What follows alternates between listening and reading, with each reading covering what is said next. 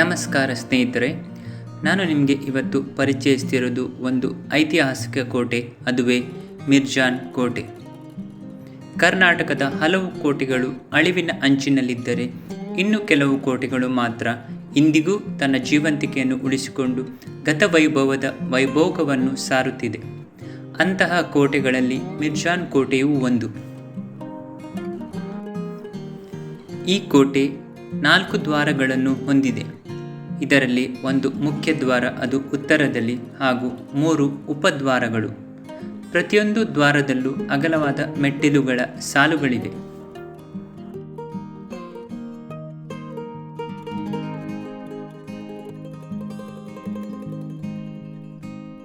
ಕರಾವಳಿ ಪ್ರದೇಶದಲ್ಲಿ ಕಂಡುಬರುವ ಜಂಬಿಟ್ಟಿಗೆ ಅಥವಾ ಕೆಂಪು ಕಲ್ಲಿನಿಂದ ಇದರ ನಿರ್ಮಾಣವಾಗಿದ್ದು, ಇಂದಿಗೂ ಇದರ ಗೋಡೆಗಳು ಗಟ್ಟಿಯಾಗಿವೆ.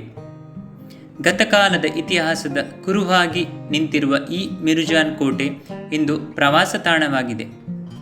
ಸುಂದರವಾಗಿ ಕಂಗೊಳಿಸುವ ಕೋಟೆಗಳಲ್ಲಿ ಕುಮಟಾದ ಈ ಮಿರ್ಜಾನ್ ಕೋಟೆಯೂ ಒಂದು.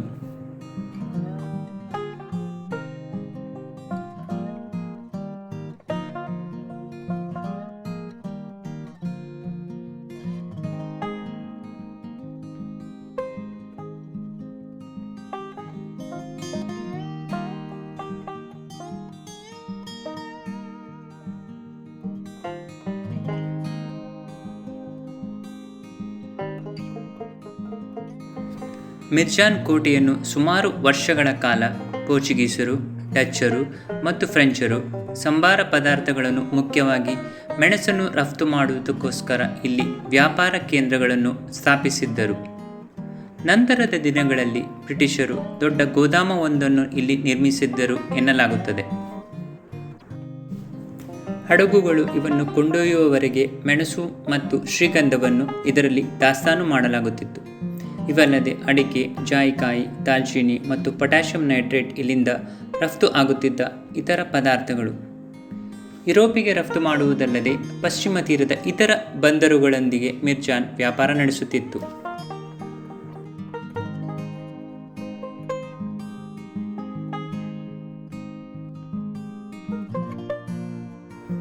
ಕೇರಳದ ವರ್ತಕರು ಬೆಲ್ಲ, ತೆಂಗಿನಕಾಯಿ ಹಾಗೂ ಎಣ್ಣೆಯನ್ನು ಇಲ್ಲಿ ಮಾರಿ ಅಲ್ಲಿ ಮಾರಲು ಅಕ್ಕಿಯನ್ನು ಇಲ್ಲಿ ಕೊಳ್ಳುತ್ತಿದ್ದರು.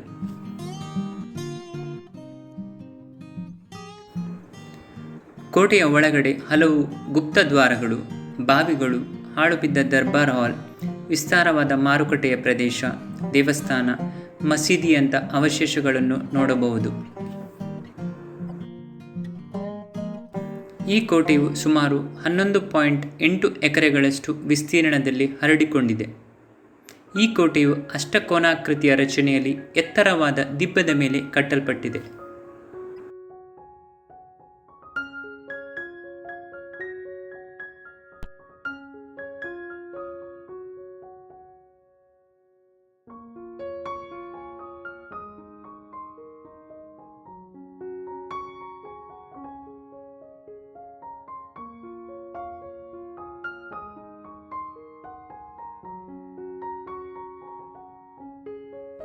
ಇದೊಂದು ರಹಸ್ಯ ಮಾರ್ಗ ಅಥವಾ ಗುಪ್ತ ದ್ವಾರ.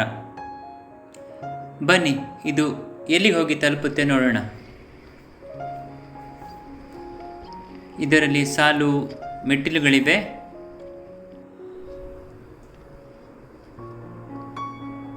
ದಕ್ಷಿಣದಿಂದ ಅಥವಾ ಬೇರೆ ಯಾವ ದಿಕ್ಕಿನಿಂದ ಶತ್ರುಗಳು ಕೋಟೆಯನ್ನು ಮುತ್ತಿಕ್ಕಿದಾಗ ಪಾರಾಗಲು ಈ ರಹಸ್ಯ ಮಾರ್ಗವನ್ನು ಬಳಸಲಾಗುತ್ತಿತ್ತು ಅನಿಸುತ್ತೆ.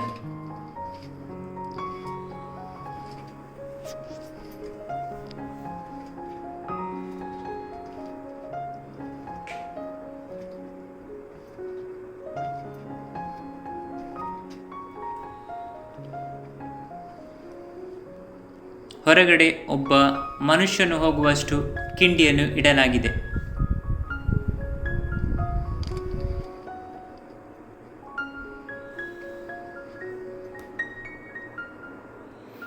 ಹೊರಗಡೆಯಿಂದ ಅಥವಾ ಎದುರಿನಿಂದ ಇದು ಈ ರೀತಿಯಾಗಿ ಕಾಣಿಸುತ್ತೆ.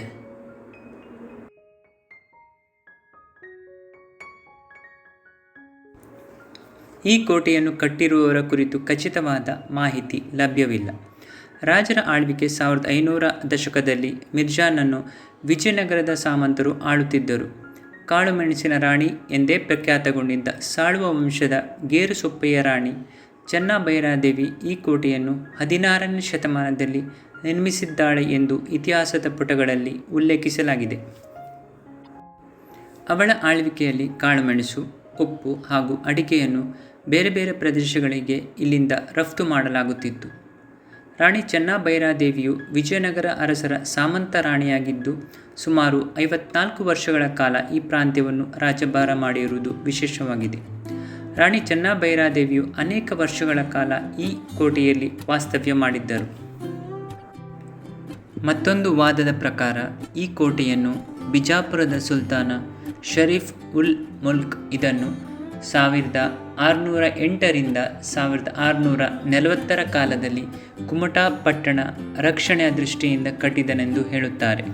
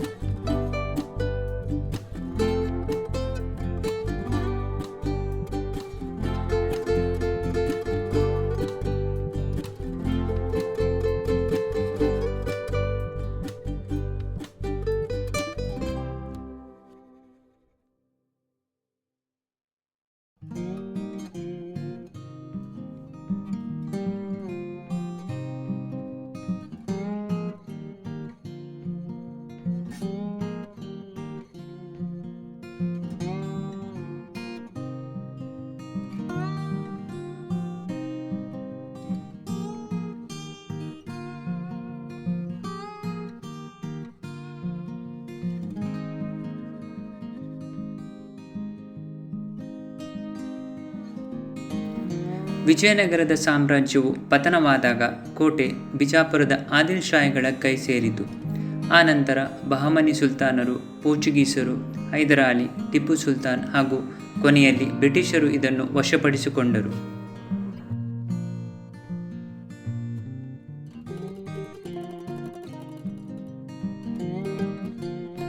ಪ್ರತಿ ವರ್ಷ ಸ್ವಾತಂತ್ರ್ಯ ದಿನದಂದು ತ್ರಿವರ್ಣ ಧ್ವಜವನ್ನು ಕೋಟೆಯ ಮೇಲೆ ಹಾರಿಸಲಾಗುತ್ತದೆ.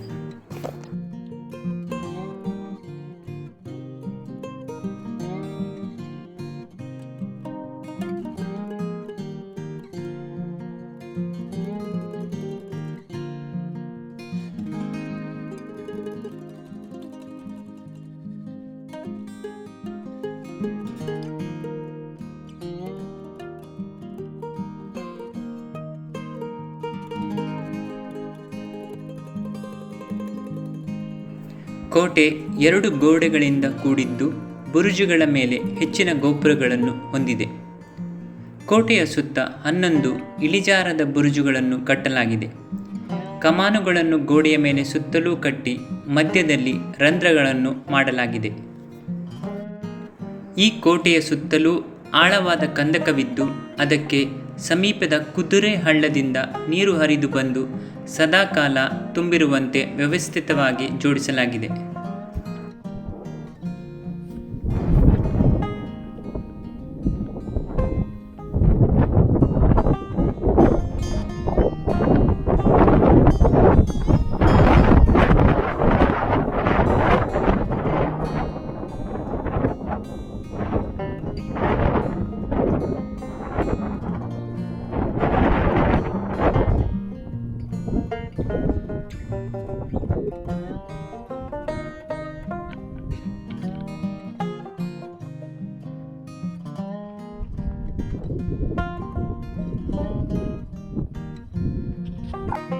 ಬೇಸಿಗೆ ಹತ್ತಿರ ಬಂದ ಹಾಗೆ ಹಸಿರೆಲ್ಲ ಕಡಿಮೆ ಆದಾಗ ಕೋಟೆ ಹೇಗೆ ಕಾಣಿಸ್ತದೆ ಅಂತ ನೋಡೋಣ ಬನ್ನಿ.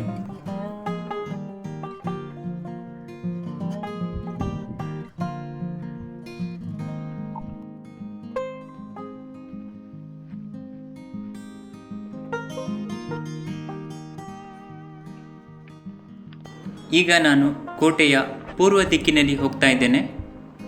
ಇಲ್ಲಿಂದ ಒಂದು ರಹಸ್ಯ ಮಾರ್ಗ ಕಾಣಿಸ್ತಾ ಇದೆ. ಬನ್ನಿ, ಇದರ ಒಳಗಡೆ ಹೋಗಿ ಇದು ಎಲ್ಲಿಗೆ ತಲುಪುತ್ತೆ ನೋಡೋಣ.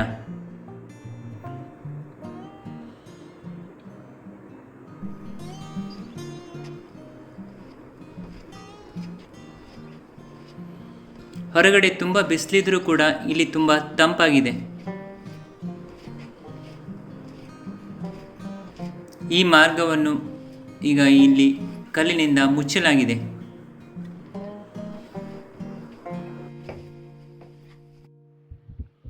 ಇದು ಪೂರ್ವ ದಿಕ್ಕಿನಲ್ಲಿರುವ ಪ್ರವೇಶ ದ್ವಾರ. ಇದರಿಂದ ಹೊರಗೆ ಬರ್ತಿದ್ದ ಹಾಗೆ ನಮಗೆ ಸಿಗೋದು ಈ ರಹಸ್ಯ ಮಾರ್ಗ ಅಥವಾ ಗುಪ್ತದ್ವಾರ. ಬಹುಶಃ ಉತ್ತರ ಅಥವಾ ದಕ್ಷಿಣ ದಿಕ್ಕಿನಿಂದ ಶತ್ರುಗಳು ಕೋಟೆಯ ಮೇಲೆ ಮುತ್ತಿಕ್ಕಿದಾಗ ಪಾರಾಗಲು ಈ ಮಾರ್ಗವನ್ನು ಬಳಸಲಾಗ್ತಿತ್ತು ಅನಿಸುತ್ತೆ. ಈ ಪೂರ್ವ ದಿಕ್ಕಿನಲ್ಲಿರುವ ಪ್ರವೇಶ ದ್ವಾರದಿಂದ ಒಳಗೆ ಹೋಗಿ ಕೋಟೆಯಲ್ಲಿ ಏನೇನಿದೆ ನೋಡೋಣ.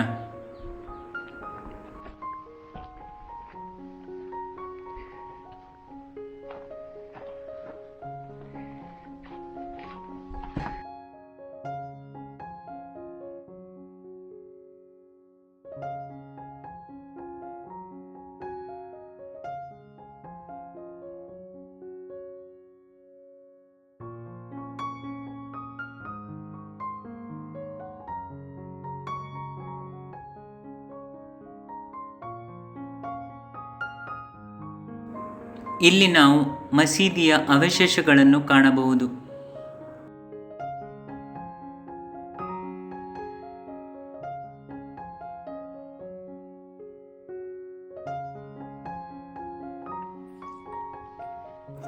ಹಾಗೆ ಮುಂದೆ ಹೋಗಿ ಕೋಟೆಯಲ್ಲಿ ಏನೇನಿದೆ ನೋಡೋಣ. ಇಲ್ಲೊಂದು ಚಿಕ್ಕ ಬಾವಿ ಹಾಗೂ ಕೋಟೆಗೋಡೆಯ ಅವಶೇಷಗಳು ಕಾಣಿಸ್ತಾ ಇವೆ.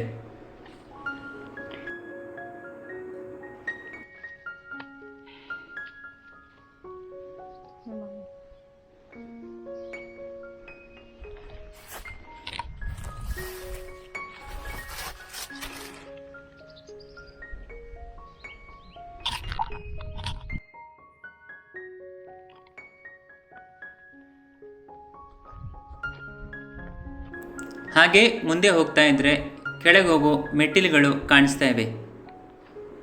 ಬನ್ನಿ, ಕೆಳಗೆ ಹೋಗಿ ಇದು ಎಲ್ಲಿಗೆ ತಲುಪುತ್ತೆ ನೋಡೋಣ.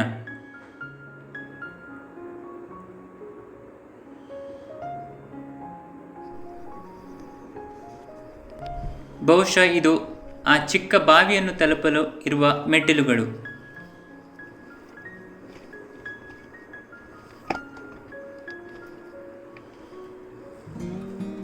ಆದರೆ ಇದಕ್ಕೂ ಕೂಡ ಬೀಗ ಜಡಿದು ಮುಚ್ಚಲಾಗಿದೆ.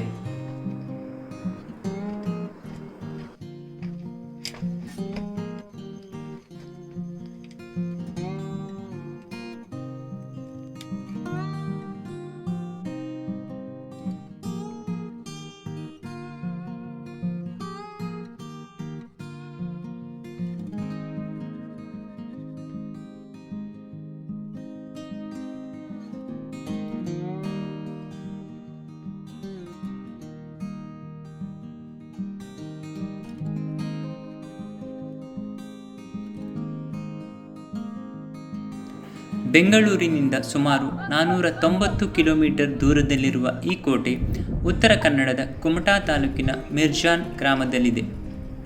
ಅಘನಾಶಿನಿ ನದಿಯ ದಂಡೆಯ ಮೇಲೆ ಈ ಕೋಟೆ ನಿಂತಿದೆ.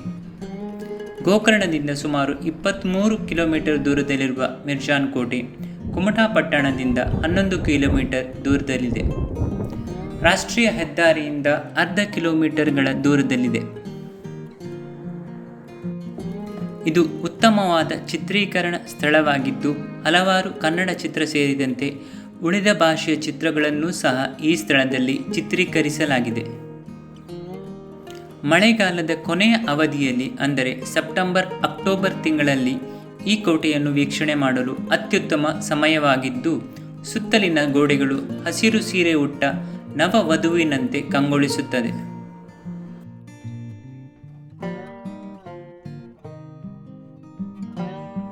ನೀವೇನಾದರೂ ಗತಕಾಲದ ವೈಭೋಗವನ್ನು ನೋಡಿ ಆನಂದಿಸಬೇಕು ಮತ್ತು ಅದರ ಕುರಿತು ತಿಳಿದುಕೊಳ್ಳಬೇಕು ಅನ್ನೋ ಕುತೂಹಲ ಇದ್ದರೆ ಒಮ್ಮೆ ಮಿರ್ಜಾನ್ ಕೋಟೆಗೆ ನೀವು ಭೇಟಿ ನೀಡಲೇಬೇಕು. ವಿಡಿಯೋ ಇಷ್ಟ ಆದರೆ ಶೇರ್ ಮಾಡಿ, ಲೈಕ್ ಬಟನ್ ಒತ್ತಿ ಮತ್ತು ಸಬ್ಸ್ಕ್ರೈಬ್ ಮಾಡೋದನ್ನು ಮರಿಬೇಡಿ.